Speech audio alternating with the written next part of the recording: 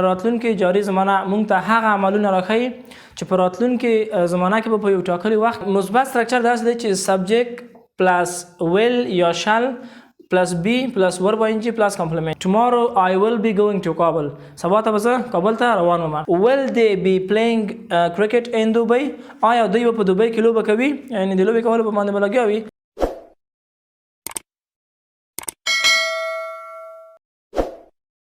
In today's video, we are going to talk about future continuous tense.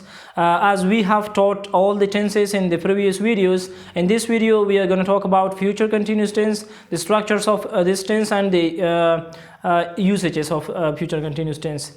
سلامونه دوستانو، نن به د راتلونکي جاري زمانه په اړه خبرې کوو چې راتلونکي جاري زمانه څه ده، د استعمال ځایونه څه دي او څنګه موږ کولی شو دا زمانه استفاده کوو او فرق د راتلونکي جاري زمانه او د حال جاري زمانه سره څه دی یا د تیر جاري زمانه سره فرق څه دی. دا به موږ تاسو په دې ویډیو کې ان شاء الله نن په مکمله توګه تشریح کړو او له تاسو څخه زموږ هیله دا ده چې زموږ چینل سره سبسکرایب کړئ ترڅو هر نوې درسي ویډیو تاسو پورې لومړی در ورسیږي او زموږ ویډیوګانې له نور دوستانو سره هم شریک کړئ ترڅو هغه هم له دې صدقې جاریې څخه مستفید شي او د انګلیسي ژبه په اسانه توګه پښتو باندې زده کړي. نو د موضوع د ښې روښانتیا لپاره راځئ تختې مخې ته. So friends, here as you see on the whiteboard that future continuous tense لکه تاسو څنګه ګورئ چې لیکل شوي دی راتلونکې جاري زمانه. فیوچر معنا راتلونکې، کنټینیوس ټنس جاري زمانه. نو دا کوم عملونه موږ ته ښیي؟ ګورئ تعریف فعل ته لیکل شوی دی چې future continuous tense expresses an event or it expresses an action that will be in progress in the future at a specific time. یعنی دا راتلونکې جاري زمانه موږ ته هغه عملونه راښیي چې په راتلونکې زمانه کې به په یو ټاکلي وخت کې د جریان په حالت کې وي. مثلا یو عمل به سبا ته په یو مشخص وخت کې به جریان ولري. مثلا ته وایي چې سبا به زه کابل ته روان وم، څنګه به وایي دا راتلونکې جاري زمانه ده. Tomorrow I will be going to Kabul.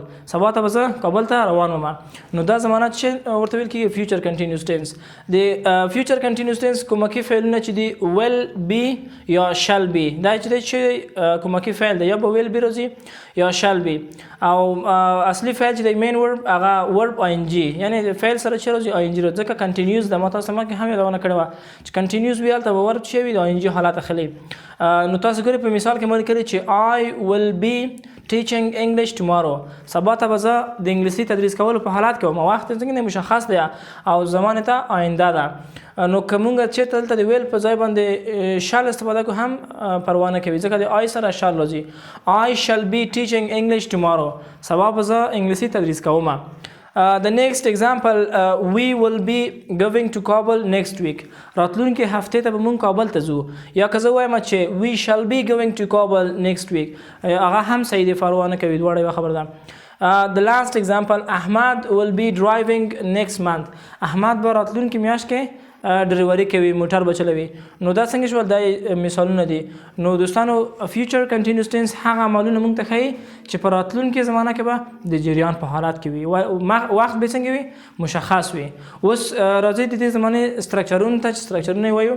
سټرکچرز ساختمانونه، مثبت، منفي او سوالیه. څنګه کولی شو مثبت جملې جوړې کړو، هغه څنګه کولی شو منفي ته یې وړو یا هم سوالیه ته یې وړو، سوال وکړو په آینده زمانه کې. مثبت سټرکچر داسې دی چې سبجیکټ پلس ویل یا شل پلس بی پلس ورب ing پلس کمپلیمنٹ. اول به سبجیکټ کولی شي چې اسم اوسیږي یا سبجیکټ پروناون وي آی وي دی هی شي اټ، او بیا ویل یا شل راځي، بیا بی پلس ورب ing. مثلا she will be cooking tonight. نن شپه به هغه اشپزي کوي، یعنی نن شپه به هغه د اشپزۍ کولو باندې مصروف اوسیږي. they will be playing in Dubai. دوی به په دوبۍ کې لوبه کوي. مثلا که ټایم هم ورسره منشن کړو چې they will be playing cricket in Dubai next week. په راتلونکې هفته کې به دوی په دوبۍ کې لوبه کوي. I will be taking test tomorrow.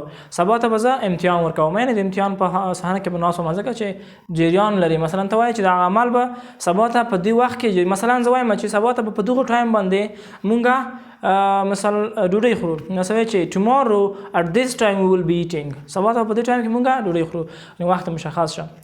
نیگیټیو سټرکچر کې مونږ یوازې د ویل او شل نه وروسته ناټ حساب کوو، بیا بی راوړو. سبجیکټ پلس ویل شل ناټ پلس بی پلس ورب ing پلس کمپلیمنٹ. she will not be cooking tonight یا she won't be cooking tonight هغه به نن شپه آشپزي نه کوي آشپزي باندې به نه یو لګیا they won't be playing in Dubai دوی به په دوبۍ کې لوبه نه کوي won't چې دی د will not contracted form دی یا مختصر شکل دی I will not be taking test tomorrow زه به سبا ته امتحان نه ورکوم یعنې د امتحان د ورکولو په حالات کې به نه اوسېږم که زه وایم چې I won't be taking test tomorrow سبا ته به زه امتحان نه ورکوم هغه هم both of them have got the same meanings so let's come to interrogative structure سوالیه structure ته به راشو په سوالیه structure کې موږ تاسو کومکی فعل shall یا will د جملې سر ته راوړو بیا به subject ورپسې راځي بیا be plus verb ing plus complement be چې ده دوستانو بی چې دا د ټو بی ورب اصلي خپل حالات دی مثلا دا بی ده د په خپل په سټرکچر کې ده مثلا موږ نشو کولی چې بی په ځای باندې از ام آر راوړو دا سټانډارډ سټرکچر کې شته ده دا به وي لکه مثلا زه وایم چې will she be cooking tonight آیا دا به نن شپه آشپزي کوي